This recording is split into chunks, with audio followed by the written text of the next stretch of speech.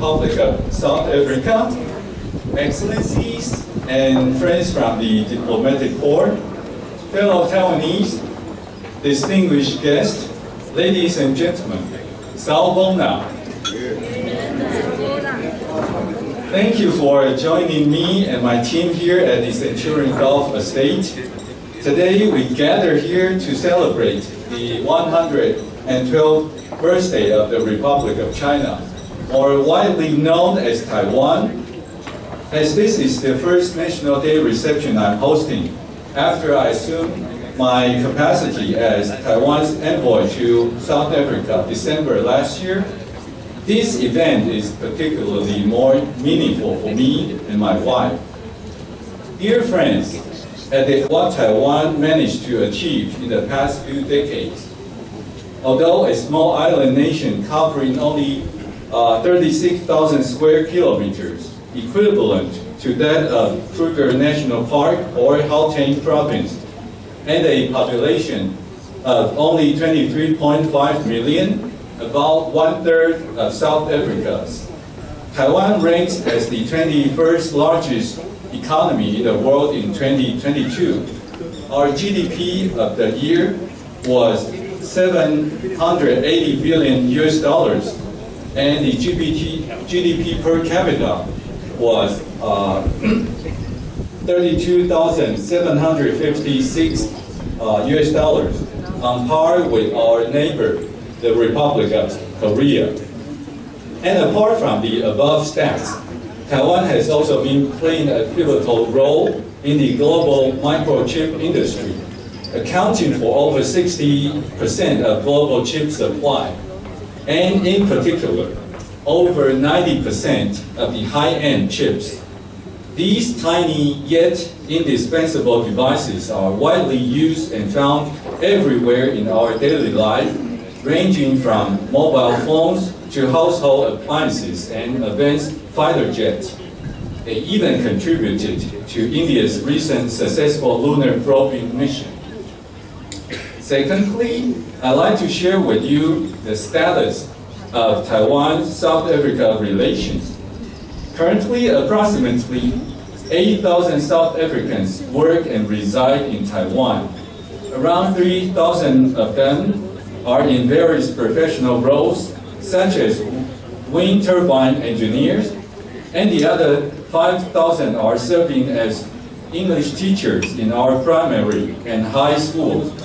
Their presence there contributes to Taiwan's national bilingual education plan, helping our younger generation to better connect with the world. Conversely, South Africa hosts around 8,000 Taiwanese expats.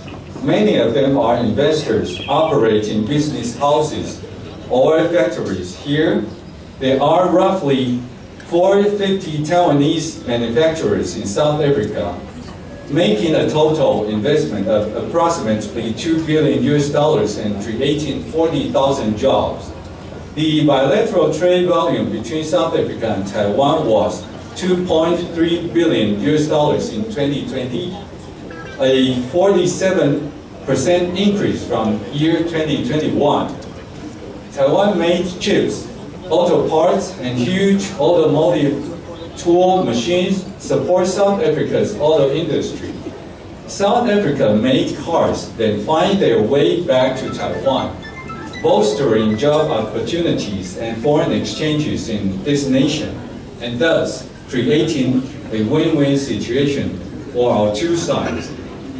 Taiwan has proven itself a trustworthy partner in the past, and as the Republic of South Africa is now striving to enhance its industrial activities and economic growth, closer engagement and collaboration will surely serve our mutual interest.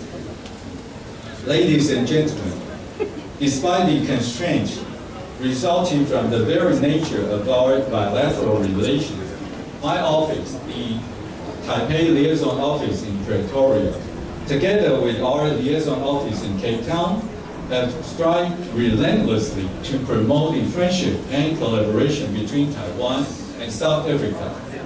In the education and capacity building area, we're sending a total of 38 South Africans to Taiwan for degree study or other academic exchange programs this year.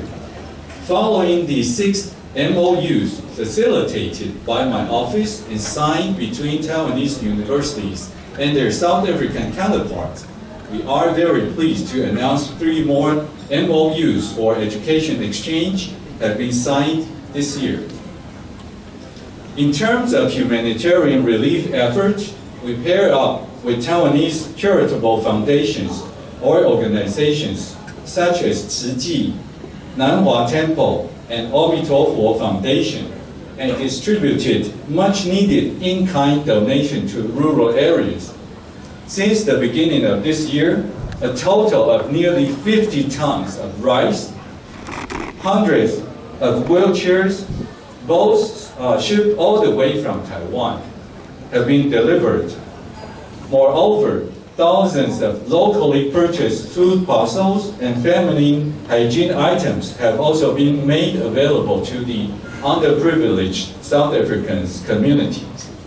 And I want to take this opportunity to thank Tzu Ji, Nanhua Temple, and Amitofo Foundation for being such wonderful partners. Our heartfelt appreciation also goes to the MPs who helped us identify the recipients. In the area of experience and expertise exchange, our agricultural experts are now helping their South African counterparts to upgrade their abilities in cultivating seedlings. I'm aware that South Africa is now considering the adoption of a national health insurance with universal coverage. As Taiwan has a globally recognized successful model of NHI, I'm sure there must be a lot that we can share with South Africa in this regard. My dear friends, Taiwan may have been pretty successful in the past few decades, but we continue to face real serious threat from across the Taiwan Strait. In order to preserve our democratic lifestyle, we've been cooperating closely with like-minded nations to fight against PRC's coercion for the so-called reunification.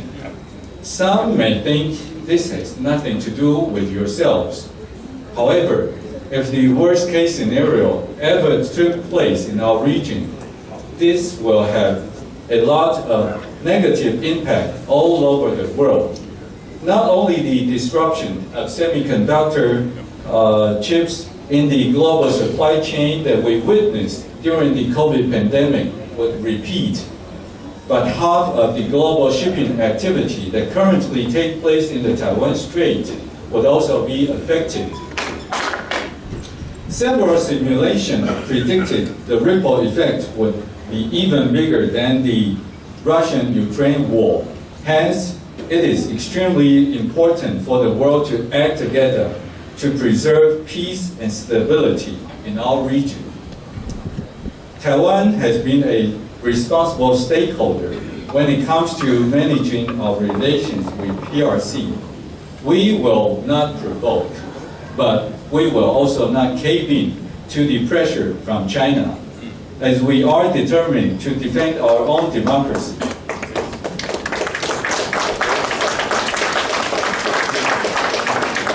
Given that Taiwan holds strategic position in the chip supply chain and the geopolitics in the Indo-Pacific, it is in everyone's interest to preserve the status quo in the Taiwan Strait. In terms of our bilateral relations with the Republic of South Africa, I hope our friends present here with us today will be able to help us by urging the South African government to adopt a more open mindset and allow more flexibility in our engagement. And I'm confident that flexibility will lead to more collaboration and hence more tangible results. In closing, may I invite everyone to join me to wish my country, the Republic of China, Taiwan, happy birthday, and to the friendship between Taiwan and South Africa. May our friendship continue to grow from strength to strength